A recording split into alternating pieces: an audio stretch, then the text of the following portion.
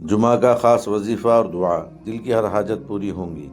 صاف کپڑے پہنے اور وضو کرے، بیٹھ کر دل میں نیت کرے، یا اللہ میں یہ وظیفہ صرف تیری رضا کے لیے کر رہا ہوں، رزق، برکت، سکون اور گناہوں کی معافی کے لیے۔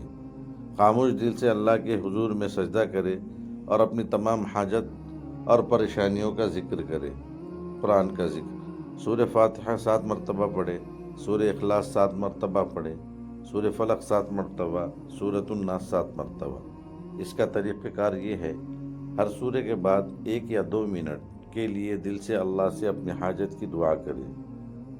آیات حفاظت و برکت: آیت الکرسی سورۃ البقرہ 7 مرتبہ، ہر بار پڑھنے کے بعد دعا کرے: اللہم احفظنا وبارک لنا فی رزقنا ومالنا وعافیتنا۔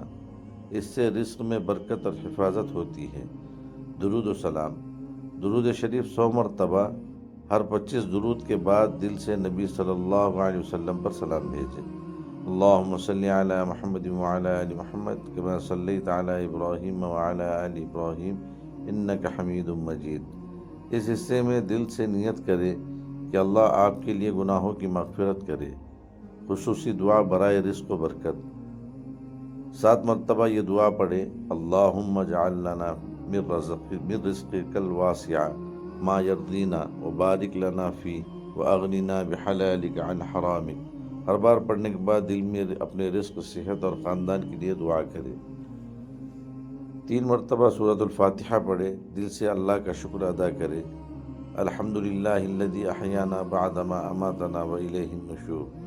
خاموش دل سے اللہ سے درخواست کرے کہ یہ وظیفہ آپ کی زندگی میں برکت اور سکون لائے۔ اگر ممکن ہو تو یہ وظیفہ جمعہ کے دن فجر یا عصر سے پہلے کرے۔